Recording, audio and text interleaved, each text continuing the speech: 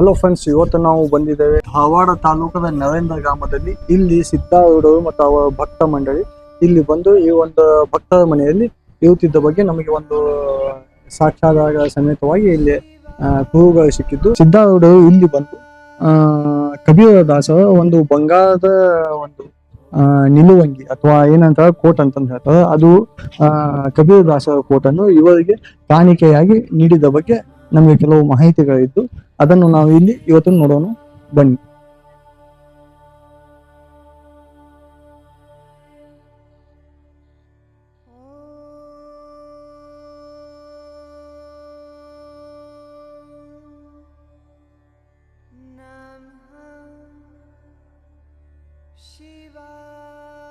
ಈ ಮನೆ ಧಾರವಾಡ ತಾಲೂಕ ನರೇಂದ್ರ ಎಂಬ ಗ್ರಾಮದಲ್ಲಿ ಇದೆ. ಇದು ಇಳಿಗೇರಿಯವರ ಮನೆತನಕ್ಕೆ ಸೇರಿದ ಮನೆ. ಇಳಿಗೇರಿಯವ್ರ ಮನೆತನದವರು ಸಿದ್ದಾರೂಢರ ಪರಮ ಭಕ್ತರು. ಈ ಮನೆಗೆ ಸಿದ್ದಾರೂಢರು ಬಂದಾರೆ ಮತ್ತು ಸಿದ್ದಾರೂಢರ ಆಶೀರ್ವಾದ ಆಗಿದೆ. ಈ ಕಂಬಗಳು ನೋಡಿ ಹೆಂಗದಾವ. ಇದು ಒಂದು ಕಂಬದಾಗ 4-5 ಕಂಬ ಹಾಕಾವ. ಅಂಥ ಕಂಬಗಳು ತೊಲಿಗಳು ನೋಡ್ಬೇಕು. ಅದ್ಭುತ ತೊಲಿ. ಹಳೇ ಮನೆಗಳು ಹಳ್ಳಿಯೊಳಗೆ ದೊಡ್ಡ ದೊಡ್ಡ ಶ್ರೀಮಂತರಿದ್ದವ್ರು ಇಂಥದ್ದು ಕಟ್ಟಿಸ್ತಿದ್ರು. ಅದು ಶಾಶ್ವತ ಅದು ಮನೆ. ಈಗ ಅದು ಕೊಂಕಣಿಯರ ಮನೆ ಇದು. ಅಂದರೆ ಮಣ್ಣು ಹೆಂಟೆವು ಈಗ ಕರಿಗ್ಯಾವ, ಹಿಂದೆ ಎಲ್ಲ ಬಿದ್ದೈತು. ಈಗ ಅವ್ರು ಇಳಿಗ್ಯಾರು ತಮ್ಮ ಬೇರೆ ಬೇರೆ ಮನೆ ಕಟ್ಸ್ಕೊಂಡಿದ್ದಾರೆ. ಬಟ್ ಸಿದ್ದಾರೂಢರು ಬಂದು ಕುಂತಿದ್ದ ಮನೆಯನ್ನು ಪಾವಿತ್ರ್ಯನ್ನು ಉಳಿಸೋ ಸಲುವಾಗಿ ಹಂಗೆ ಉಳಿಸ್ಕೊಂಡಾರ. ಈಗ ಹಕ್ಕಿ ಇದು ಹಕ್ಕಿ 16 ಎತ್ತಿನ ಹಕ್ಕಿ ಮೊದ್ಲಿನ ಕಾಲದಿಂದ ಇದ್ದಂಥದ್ದು. ಇವತ್ತ ಮಾನ ಅನುಕೂಲ ನಮ್ದು 16 ಎತ್ತಿಂದ. ಹೌದು, 16 ಎತ್ತು ಸಾಮ್ಯ ಬಂತಲ್ಲ. ಹೌದೌದು.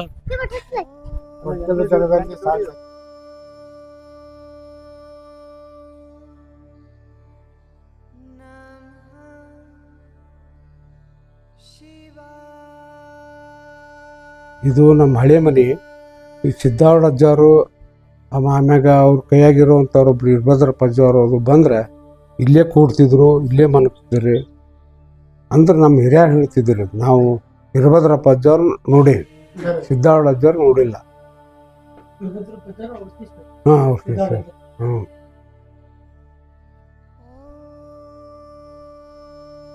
ಅದು ಸಂದೂಕ ಇದೆ ಸರ್. ಇದು ಡೊಳ್ಳಾರ್ ಹೇಳ್ರಿ, ಸಾಮಾನು ಇಡು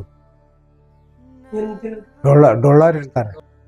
ಶಾಸ್ತ್ರದಲ್ಲಿ ಗುರುವಚನವೇ ಶ್ರುತಿ, ಗುರುವಚನವೇ ಸ್ಮೃತಿ ಅಂತ ಕೇಳ್ಕೊಂತ ನಾವು ಬಂದಿದ್ದೇವೆ. ಹಂಗೆ ಸಂಸಾರಸ್ಥರಾದರೂ ಕೂಡ ಗುರುವಿನಲ್ಲಿ ಅಚಲ ಶ್ರದ್ಧಾ ಭಕ್ತಿಯಿಂದ ನಡ್ಕೊಂಡದ್ದಕ್ಕೆ ಈ ಇಳಿಗೇರಿ ಮನೆತನ ಅಭಿವೃದ್ಧಿಯಾಗಿ ಹೊರಟಿದ್ದಕ್ಕೆ ಇದು ಒಂದು ದೊಡ್ಡ ಸಾಕ್ಷಿ.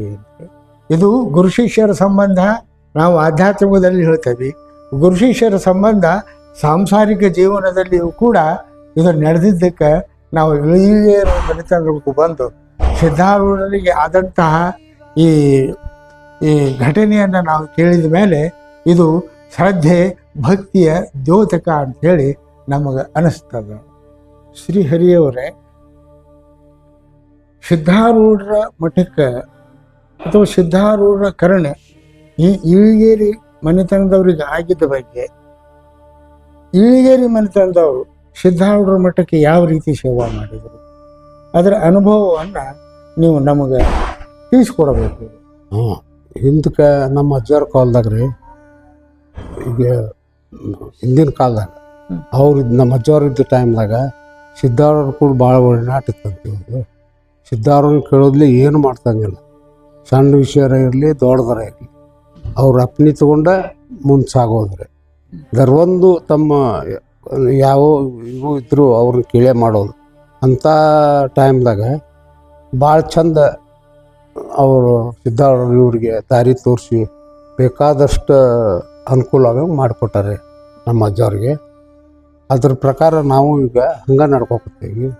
ಅವರಿಂದ ನಮ್ಮ ಆಸ್ತಿ ಉಳಿದಿದ್ದು, ಅವ್ರ ಆಶೀರ್ವಾದದಿಂದ ನಮ್ಮ ಆಸ್ತಿ ಉಳಿದಿದ್ದು, ಅವರಿಂದ ನಾವೆಲ್ಲ ಬೆಳವಣಿಗೆ ಆಗಿದ್ದು. ಸಿದ್ದಾರೂಢ ಮತ್ತು ನಮ್ಮ ಅಜ್ಜವ್ರ ಕಾಲದಾಗ ಮನೆಗೆ ಬಂದಾಗ ಅವರು ಒಂದು ಉಡುಪು ಕೊಟ್ಟು ಹೋಗ್ಯಾರ. ಅವರು ಇವರು ಯಾರು ಕಬೀರದಾಸರು ಅವ್ರಿಗೆ ಕೊಟ್ಟಿದ್ರಂತೆ.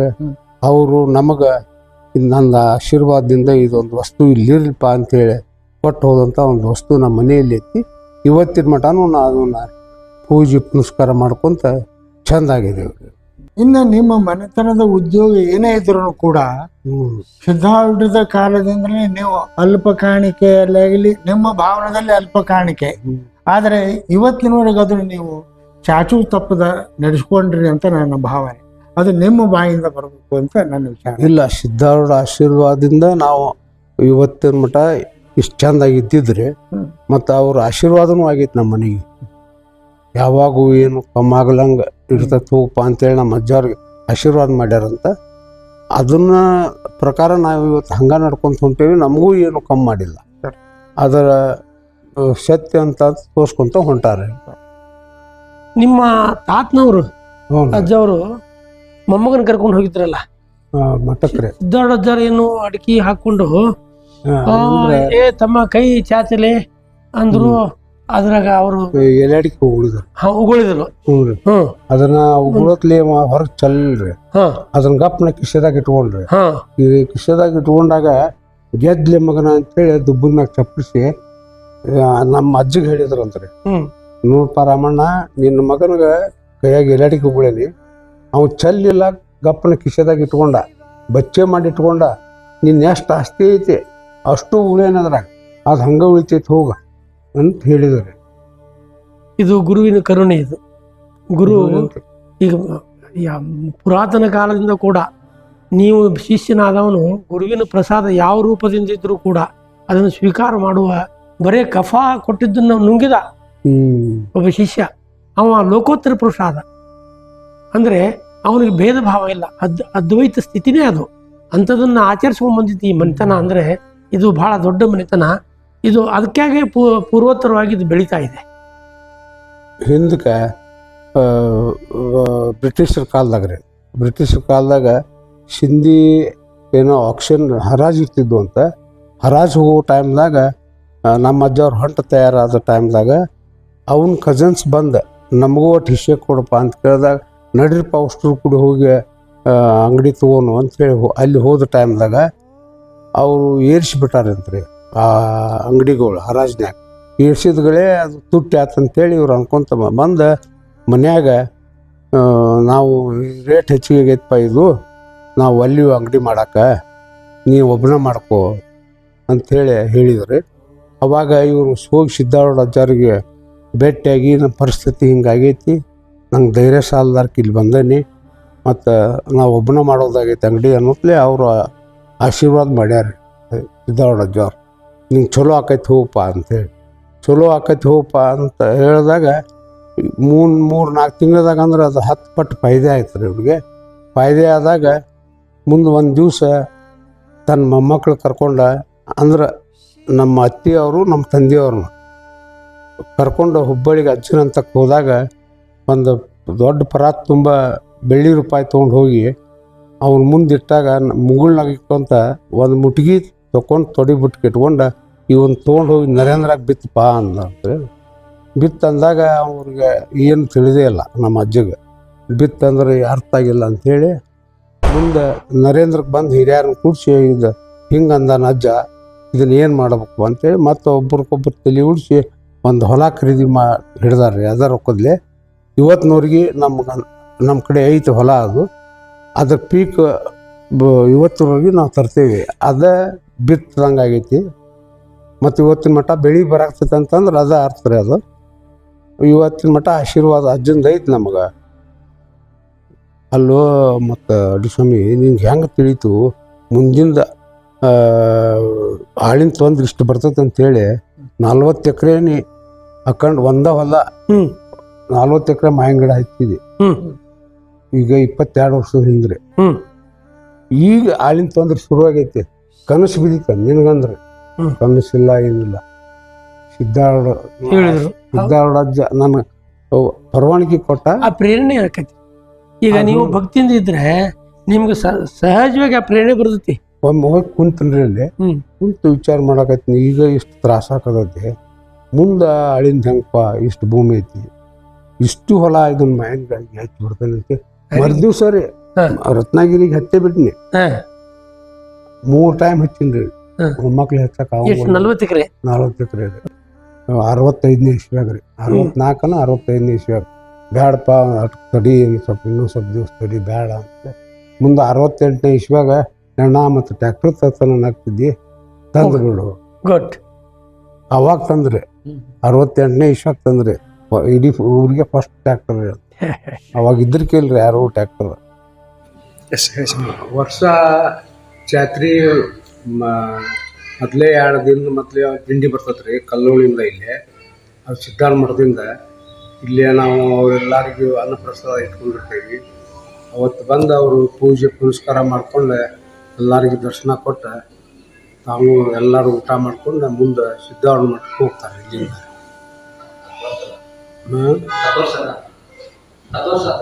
ಹಾಂ, ಎಷ್ಟು ವರ್ಷದಿಂದ ನಡ್ಕೊಂಡ್ ಬಂದದ್ದು?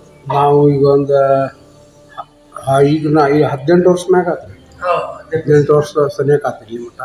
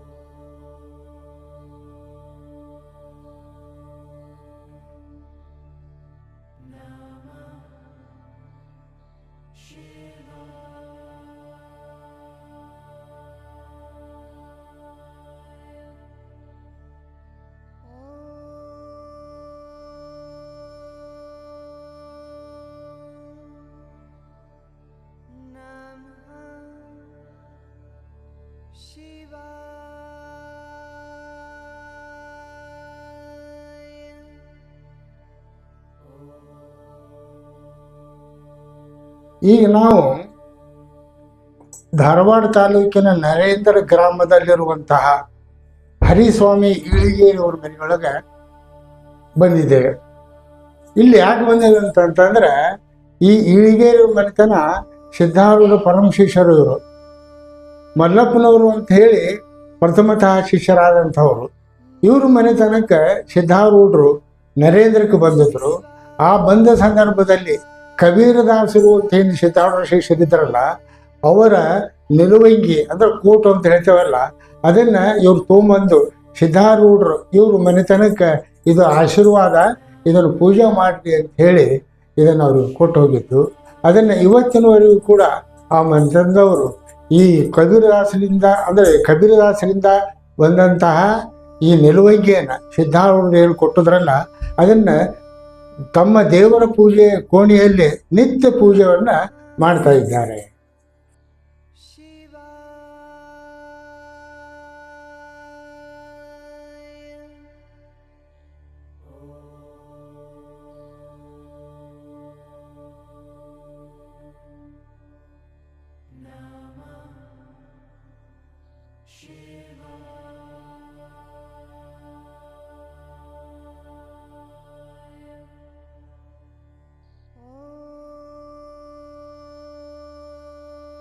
ಈ ಹುಬ್ಬಳ್ಳಿ ಸಿದ್ಧಾರೂಢ ಸ್ವಾಮಿಗಳ ಶಿಷ್ಯರಲ್ಲಿ ಅಗ್ರಗಣ್ಯರಾದವರು ಯಾರು ಅಂತಂದ್ರೆ ಕಬೀರದಾಸರು ಅಂತೇಳಿ. ಕಬೀರದಾಸರು ಅಂಗಡಿ ನಮಗ ಒಮ್ಮೆಗ್ಲೆ ನೆನಪು ಬರೋದು ಉತ್ತರ ಭಾರತದ ಕಬೀರದಾಸರು ಏನ್ರಿ ಅಂತ ಇದೆ. ಅಲ್ಲ, ಇವರು ಕರ್ನಾಟಕದ ಕಬೀರದಾಸರು. ಇವರು ಮೂಲತಃ ಸಂಸ್ಥಾನಿಕರು, ಅಂದ್ರೆ ಆದ್ವಾನಿ ನವಾಬರು ಅಂತ ಹೇಳಿ ವೈರಾಗ್ಯಶೀಲರಾಗಿ ಸಿದ್ಧಾರೂಢರಿಂದ ತತ್ವೋಪದೇಶವನ್ನು ಪಡೆದು ಸಿದ್ಧಾರೂಢರೇ ಇವರಿಗೆ ಕಬೀರ ಅಂತ ಕರೆದ್ರು. ಆದ್ದರಿಂದ ಸಿದ್ಧಾರೂಢರೇ ಇವರಿಗೆ ಕಬೀರದಾಸ ಅಂತ ಹೇಳಿ ನಾಮಕರಣ ಮಾಡಿದರು. ಇನ್ನು ಇವರು ಹುಟ್ಟೂರು ಯಾರು, ಇಲ್ಯಾಕೆ ಬಂದರು, ಸಿದ್ಧಾರೂಢರ ಕಬೀರದಾಸ ಅಂತ ಯಾಕೆ ಹೆಸರಿತ್ತು ಅಂತಂದ್ರೆ, ಇವರು ಜಾತಿಯಿಂದ ಮುಸ್ಲಿಮರು ಖರೆ, ಆದ್ರೆ ಏನೋ ಸಂಸಾರದಲ್ಲಿ ವಿರಕ್ತಿ ಉಂಟಾದ್ಮೇಲೆ ಮನುಷ್ಯನಿಗೆ ಏನಾಗ್ತೈತಿ, ತ್ಯಾಜ್ಯ ಭಾವ ಬರ್ತದೆ. ಹಂಗೆ ಇವರು ಸಂಸ್ಥಾನಿಕರು, ಆದ್ವಾನಿ ಸಂಸ್ಥಾನಿಕರು. ಆದ್ವಾನಿ ಎಲ್ಲಿತ್ತಂತಂದ್ರೆ ಮೊದಲು ಈ ಬಳ್ಳಾರಿ ಜಿಲ್ಲಾ ಅಂತ ನಾವು ಹೇಳ್ತೇವೆ, ಅದು ಮದ್ರಾಸ್ ಇಲಾಖೆಯೊಳಗೆ ಸಂಬಂಧಪಟ್ಟಿತ್ತು. ಯಾವಾಗ ಈ ಸಾಧಾರಣ 100 ವರ್ಷದ ಹಿಂದೆ, ಅವಾಗ ಮುಂಬೈ ಇಲಾಖೆ, ಮದ್ರಾಸ್ ಇಲಾಖೆ, ಆಮೇಲೆ ಹೈದರಾಬಾದ್ ಇಲಾಖೆ ಅಂತಲೂ ಕೂಡ ಭಾಗಗಳಿದ್ದವು. ಅವಾಗ ಈ ಅದ್ವಾನಿ ಏನೈತಲ್ಲ, ಬಳ್ಳಾರಿ ಈ ಜುಡಿಷ್ ಸೆಕ್ಷನ್ ಅಂತ ನಾವೇನು ಹೇಳ್ತೇವಲ್ಲ, ಆ ಕಕ್ಷೆ ಒಳಗೆ ಬಂದಿತ್ತು. ಅದಕ್ಕೆ ಚರಿತ್ರಕಾರರು ಕೂಡ ಕಬೀರದಾಸರು ಬಳ್ಳಾರಿ ಕಡೆಯಿಂದ ಬಂದವರು ಅಂತ ಹೇಳಿ ಸೂಚನೆ ಮಾಡ್ಯಾರ. ಮೂಲತಃ ಇವನು ಊರು ಆದ್ವಾನಿನ. ಅವರು ಸಿದ್ಧಾರೂಢರ ಹತ್ರ ಬಂದು ಸಿದ್ಧಾರೂಢರ ಅನುಗ್ರಹ ಪಡೆದು ಸಿದ್ಧಾರೂಢರಿಂದಲೇ ಕಬೀರದಾಸ ಅಂತ ಪ್ರಸಿದ್ಧಿ ಪಡೆದು ಸಿದ್ಧಾರೂಢರ ಮಾನಸ ಪುತ್ರರೆಂದೇ ಪ್ರಖ್ಯಾತರಾದರು. ಈ ಸಿದ್ಧಾರೂಢ ಮಹಾತ್ಮೆ ಎಂಬ ಈ ಕನ್ನಡ ಚಲನಚಿತ್ರ, ಅಂದರೆ ಸಿದ್ಧಾರೂಢರ ಬಗ್ಗೆ ಅವ್ರ ಜೀವನದ ಬಗ್ಗೆ ತೋರಿಸಿದ ಚಿತ್ರ, ಅದರಲ್ಲಿ ಕಬೀರದಾಸ ಪಾತ್ರವನ್ನು ಮಾಡಿದಂತಹ ಸದಾನಂದ ಬೆಂಡಿಗೆಯವರು ಇವತ್ತು ನಮ್ಮ ಸಮ್ಮುಖದಲ್ಲಿ ಇದ್ದಾರೆ. ಆ ಪಾತ್ರದ ಬಗ್ಗೆ ಮತ್ತು ಆ ಸಿದ್ಧಾರೂಢರ ಚರಿತ್ರೆಯ ಬಗ್ಗೆ ಏನು ಇದು ಅನ್ನೋದನ್ನು ಅವ್ರ ಕಡೆಯಿಂದ ನಾನು ವಿಚಾರವನ್ನು ನಾವು ತಿಳಿದುಕೊಳ್ಳೋಣ. ಸದಾನಂದ ಬೆಂಡಿಗೇರಿ ಅವರಿಗೆ ನಮಸ್ಕಾರಗಳು. ನಮಸ್ಕಾರ ಸರ್. ತಾವು ಸಿದ್ಧಾರೂಢ ಮಹಾತ್ಮೆ ಚಲನಚಿತ್ರದಲ್ಲಿ ಕಬೀರದಾಸರ ಪಾತ್ರವನ್ನ ಮಾಡಿದ್ವಿ. ಇದರ ಬಗ್ಗೆ, ಇದರ ಆಗು ಹೋಗುಗಳ ಬಗ್ಗೆ, ನಿಮಗೆ ಪಾತ್ರದಲ್ಲಿ ನಟಿಸುವ ಬಗ್ಗೆ ಅನುಭವವನ್ನು ಯಾವ ರೀತಿ ಇತ್ತು ಅದನ್ನ ತಾವು ಸ್ವಲ್ಪ ವಿವರಣಾ ಮುಖಾಂತರವಾಗಿ ವಿವರಿಸಿ. ಸರ್, ಹಿಂಗೈತಿ, ಪಾಠಶಾಲೆ ಒಳಗೆ ಅದ್ರ ಚಿತ್ರೀಕರಣ ನಡೀತಾ ಇತ್ತು. ಅಲ್ಲಿ ಕಬೀರದಾಸರ ಪಾತ್ರ ಮಾಡೋರು ಆಲ್ರೆಡಿ ಇದ್ರೊಬ್ರು. ಶೂಟಿಂಗ್ ಚಾಲು ಆದ ಬಳಿಕ ಅವ್ರು ಏನೋ ಹೆದರಿ ಒಲ್ಲೆ ಅಂತ ಹೋಗ್ಬಿಟ್ರು. ಮುಂದದ ಮರುದಿವ್ಸ ಅದು ಕಟ್ಟಾಗಿ ಮರುದಿವ್ಸ ಚರ್ಚೆ ಮಾಡಾಕತ್ರು. ಕಬೀರದಾಸರು ಒಬ್ಬರು ಕೊರತೆ ಆಯ್ತು, ನಮ್ಗೆ ಬೇಕಾಗಿತ್ತು, ಯಾರು ನಟರು ಸಿಗ್ಲಿಲ್ಲ ಅಂತೇಳಿ ಅವರು ಡೈರೆಕ್ಟರ್ ಕಾಟೆ ಅವರು ಅನ್ನತ್ತಿದ್ರು. ಪಕ್ಕದಲ್ಲಿ ಒಬ್ಬರು ಅವ್ರ ಆತ್ಮೀಯರಾದಂಥ ವಿರೂಪಾಕ್ಷ ಮಂಟ್ರವರು ಕಬೀರ್ ಅಂದ್ರೆ ಯಾರು ಅಂತ ಕೇಳಿದ್ರು. ಕಬೀರ್ ಅಂತಂದ್ರ ಹೈದರಾಬಾದ್ ನಿಜಾಮ್ ಅಂತೇಳಿ ಆ ಕಡೆ ಬಂದಿರ್ತಾರ ಅವರು ರಾಜ್ ಮಂತ್ಯಾಂದವ್ರ. ಆ ಪಾತ್ರ ಈ ಸಿದ್ಧಾರೂಢರು ಬಂದ ಬಳಕ ಅವ್ರು ಕಬೀರ್ ಅಂತ ಹೆಸರಿಟ್ಟಾರ. ಮೊದಲು ಅವ್ರು ಮುಸಲ್ಮಾನರು, ರಾಜ್ ಮಂತ್ಯಾಂದವ್ರು ಅಂತ ಹೇಳಿದಾಗ ಇಲ್ಲಿ ಪಕ್ಕದಲ್ಲಿ ಬೆಂಡಿಗೇರಿ ನಿಂತಾನು ಅವ್ರಿಗೆ ಹಾಕಿ ನೋಡ್ರಲ್ಲ, ಇವ್ರಿಗೆ ಆ ಪಾತ್ರಧಾರಿ ಮಾಡಿ ನೋಡ್ರಲ್ಲ, ರಾಜ್ ಇದ್ದಂಗ ಅದನ್ನ ಮತ್ತೆ ಯಾಕೆ ಮಾಡಬಾರ್ದು ಅಂದಾಗ ಆ ಪಾತ್ರ ನನಗೆ ಅದು ಪೂರ್ವಜನ ಪುಣ್ಯ ಏನೋ ನನಗೆ ಸಿಗ್ತದೆ ಕಬೀರದಾಸರ. ಅವಾಗ ನಾನು ಆ ಚಿತ್ರೀಕರಣಕ್ಕೆ ತಯಾರಾಗಿ ಅದನ್ನ ನಿಭಾಯಿಸಿ. ಅವ್ರು ಹೇಳಿದ್ರಿ, ಮತ್ತು ಕಬೀರದಾಸರದ ಉಡುಗೆ ತರಬೇಕು ನೀವು, ಯಾವ ರೀತಿ ತರಬೇಕು ರೀ ಅಂದ್ರೆ, ಮತ್ತು ಹೈದರಾಬಾದ್ ನಿಜಾಮ್ ಅಂದ್ರೆ ಮುಸಲ್ಮಾನನ ಒಂದು ರಾಜ ಇದು ಇರ್ಬೇಕಂತೇಳಿ ನಾನು ಇಲ್ಲೇ ಹುಬ್ಬಳ್ಳಿಯಾಗ ಪ್ರಸಿದ್ಧ ಈ ನಿಂಬರಿಗೆಯವ್ರು ಅಂತೇಳಿ ನಾಟಕ ಕಂಪ್ನಿ ಎಲ್ಲ ಇದು ಮಾಡೋರು, ವೇಷಭೂಷಣ ಎಲ್ಲ ಸಪ್ಲೈ ಮಾಡೋರು. ಅವ್ರ ಕಡೆ ಹೋಗಿ ತೊಗೊಂಬಂದೆ. ಅದೇ ರಾಜ ಪೋಷಾಕ ಹೆಂಗಿರ್ಬೇಕು ಹಂಗೆ ತೊಗೊಂಡು ಪೇಟಾಗೆಲ್ಲ ರೆಡಿ ಮಾಡ್ಕೊಂಬಂದು ತಂದೆ. ಆಮ್ಯಾಗ ಅದನ್ನು ಸುಮಾರು 3 ದಿನ ಕಾಯ್ಬೇಕಂತ ನಾ ಚಿತ್ರೀಕರಣಕ್ಕೆ. ಅದು ಡ್ರೆಸ್ ಹಿಡ್ಕೊಂಡು ಅದರ ಬೇರೆ ಮತ್ತು ಅದು ರೆಂಟೆಡ್ ಅದು ನಾ ತಂದಿದ್ದೆ. ಕಾಯ್ದು ಒಂದಿನ ಸಿಕ್ತು, ಅದನ್ನೆಲ್ಲ ರೆಡಿ ಮಾಡಿದ್ರೆ ಮೇಕಪ್ ಹಾಕಿದ್ರು. ಆದ್ರೆ ಮೇಕಪ್ ಹಾಕಿದ ಮಟ್ಟ ಅದೇನು ನಂದು ಇದು ಆ ನಿಲುವಂಗಿಕ್ಕಿಂತ ಕೆಳಗಿನ ಅದನ್ನ ಕಟ್ಕೊಳ್ಳೋ ಹೊತ್ನ್ಯಾಗ ಅದು ಈ ಕಲ್ನಾರ್ ಗಡ್ಡಿದೊಂದು ದಾರ ಟೈಪ್ ಇತ್ತು. ಅದು ಯಾಕೋ ನನಗೆ ಕಟ್ಟಿದ್ದು ಸ್ವಲ್ಪ ಸರಿ ಕಾಣಲಿಲ್ಲ. ಹೇಳಿದೆ ಅವ್ರು ಡೈರೆಕ್ಟರ್, ಸ್ವಲ್ಪ ತಡ್ರಿ ಸರ, ಇದು ಯಾಕೋ ಹುಚ್ಚುವಂಗೆ ಕಾಣತೈತಿ ಕಸಿ ಅಂತ. ಏನಾಗಲ್ವಾ ಅಂತಂದ್ರು. ಆಗ ಒಂದು ಸನ್ನಿವೇಶ ನಿರ್ಮಾಣ ಆಯ್ತು. ಆ ತುಕ್ಕಪ್ಪ ಅನ್ನವ ಸಿದ್ಧಾರೂಢರು ಕೇಳ್ತಾನ, ಅಪ್ಪರ ಹೈದ್ರಾಬಾದ್ ನಿಜಾಮ್ ಬಂದಾನ ಮತ್ತು ನಿಮ್ಗೆ ಬೆಟ್ಟಿಗೆ ದರ್ಶನಕ್ಕೆ, ಮತ್ತು ನೀವು ಅಪ್ಪಣೆ ಮಾಡಿದ್ರೆ ಒಳಗೆ ಬಿಡ್ತೀನಿ ಅಂತಂದಾಗ ಬಿಡು ಅಂತಂದಾಗ ಆ ಸನ್ನಿವೇಶ ಆವಾಗ ಕ್ಯಾಮ್ರಾ ಚಾಲು ಆಯ್ತು. ಹೋದೆ, ನಮಸ್ಕಾರ ಅಂತೇಳಿ ಮಾಡಿ ಬಗ್ಗಿದೆ. ಆಮ್ಯಾಗ ಬಗ್ಗಿದ ಬಳಿಕ ಕ್ಯಾಮ್ರಾ ಕಟ್ ಅಂತ ಅಷ್ಟರೊಳಗೆ ನಮ್ಮ ಕಸಿನ ಹೋಗಿತ್ತು. ಎದ್ದು ಕ್ಯಾಮ್ರಾ ಕಟ್ ಹೇಳ್ತೀನಿ, ಎಲ್ಲ ಕೇಳಿ ಪೂರ್ತಿ ಕೆಳಗೆ ಇಳಿದು ಬಿಡ್ತು. ಎಲ್ಲರೂ ಗೊಳ್ಳ ಅಂತ ನಕ್ರ. ಅದು ಒಂದು ಹಾಸ್ಯ. ಏನಪ್ಪಾ ಕಬೀರ ಅಂತೇಳಿ ಸಿದ್ದಾರ್ಡ್ ಪಾತ್ರ ಮಾಡಿದ ರಾಜೇಶ್ ಅವರು ನಕ್ರವರು. ಮತ್ತೆ ಏನಿಲ್ಲ ಬಿಡು, ನೆದರಾಗೈತೆ ಅದು ಸಿದ್ದಾರ್ಡ್ರು ಇದ್ರಿಗೆ ನೋಡಿ ಕಬೀರ ಹೆದರ್ದ ಅನ್ನಂಗ ಆತ ಅಂತ ಕೆಲವು ಮಂದಿ ಹಾಸ್ಯ ಮಾಡಿದ್ರೆ, ಇದು ಒಂದು ದೊಡ್ಡ ಸನ್ನಿವೇಶ.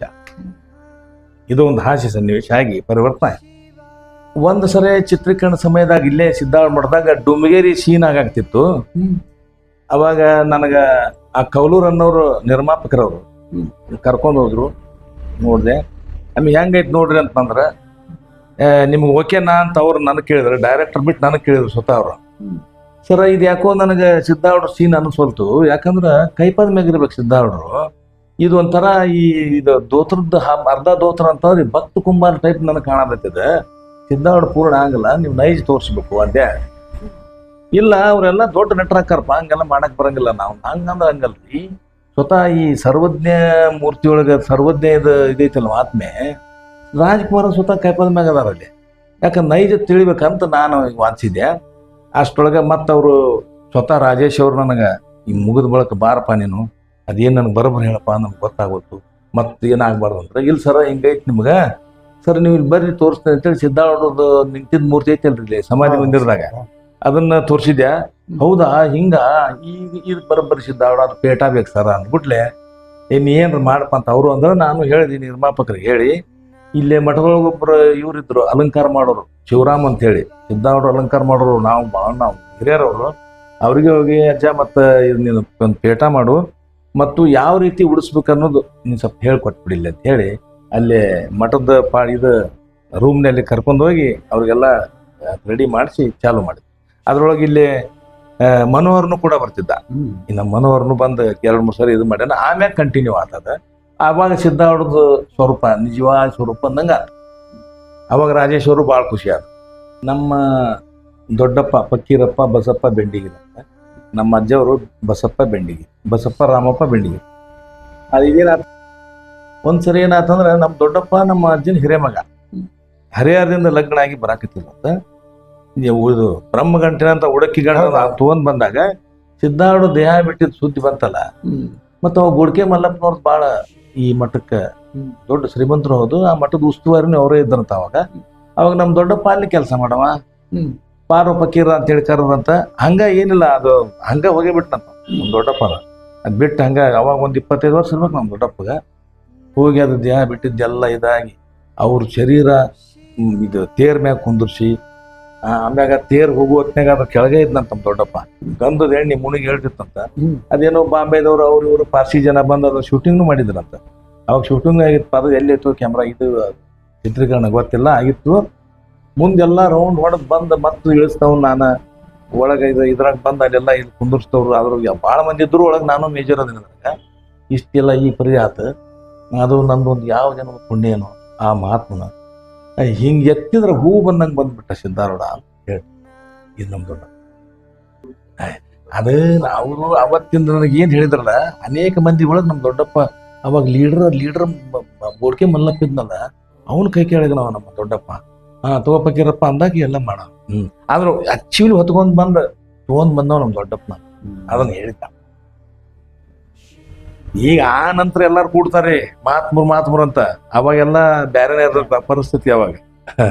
ಆದ್ರೆ ಈಗ ಅದ್ರ ಬಗ್ಗೆ ಇನ್ನೊಬ್ರು ಎತ್ತಿಲ್ಲ, ಇವ್ರು ಎಚ್ಚಾರ ಅನ್ನೋದು ಬೇಡ. ಆದ್ರೆ ನಮ್ ದೊಡ್ಡಪ್ಪ ಹೇಳಿದ್ದ ಅನೇಕರಿದ್ರು ಅವಾಗ. ಆದ್ರೆ ಇವ್ರದ್ದು ಉಸ್ತುವಾರಿ ಬೋಡ್ಕೆ ಮಲ್ಲಪ್ಪಂದು ಬಾಳ ಇತ್ತಂತ ಅವಾಗಿಲ್ಲೇ. ಅವಾಗ ಫಕೀರಪ್ಪ ತಗೋ ಅಂತಂದಾಗ ಲಗ್ನ ಎಲ್ಲ ಬಿಟ್ಟು ಓಡಿ ಬಂದು ಕರೆದು ಮಾಡಿದ್ದು ಹೇಳ್ದ. ಈ ಡಿಸ್ಕವರಿ ಇಂಡಿಯಾ ಚಾನೆಲ್ದಾಗ ಏನು ಈ ಒಂದು ಸಿದ್ದಾರ್ಡ್ ಸಮಗ್ರ ಮಾಹಿತಿ ಕೊಡ್ತಾ ಇದ್ದೀರಿ ನೀವು, ಇದು ಭಾಳ ಇಡೀ ಇದು ಸಂತೋಷವಾದ ಸಂಗತಿ. ಈಗ ಮತ್ತೊಮ್ಮೆ ಪುನರುತ್ಥಾನ ಆಗತ್ತೆ ಸಿದ್ದಾರ್ಡ್ರದ್ದು. ಯಾರು ಮರ್ತಾರ ಅವ್ರಿಗೆ ಒಳ್ಳೇದಿದಾಗತ್ತೈತಿ. ಈಗಿನ ಪೀಳಿಗೆಗೂ ಅದು ಮುಟ್ಟಾಗ್ತೈತಿ. ಇದೇ ರೀತಿ ಮುಂದುವರಿಬೇಕು. ನನಗೆ ಭಾಳ ಸಂತೋಷ ಆಗೈತಿ. ಹಿಂಗೆ ಮಾಡ್ಬೇಕಂತ ತಮ್ಗೆ ಸಿದ್ದಾರ್ಡ್ರು ಗುರುನಾಥರು ತಮ್ಗೆ ಒಳ್ಳೇದು ಮಾಡಲಿ, ಇನ್ನೂ ಇದನ್ನು ಮುಂದುವರ್ಸಿ ಅಂತ ನಾನು ಹೇಳಿ ನಾನು ಒಂದು ಮಾತು ಮುಗಿಸ್ತೀನಿ. ಧನ್ಯವಾದ. ಫ್ರೆಂಡ್ಸ್, ಇವತ್ತು ನಾವು ಬಂದಿದ್ದೇವೆ ಸಿದ್ದಾರ್ಡ್ ಗುರುಗಳ ಕಡೆಗೆ. ಅಂದ್ರೆ ಸಿದ್ದಾರ್ಡ್ ಶಿಕ್ಷಣವನ್ನು ಕಲಿಯುವಾಗ ಗಜದಂಡ ಸ್ವಾಮಿಗಳ ಕಡೆಗೆ ಬಂದಿರ್ತಾರೆ. ಇದನ್ನು ನಮಗೆ ಎಲ್ಲ ಗೊತ್ತಿದ್ದಂತ ವಿಷಯವಾಗಿದೆ.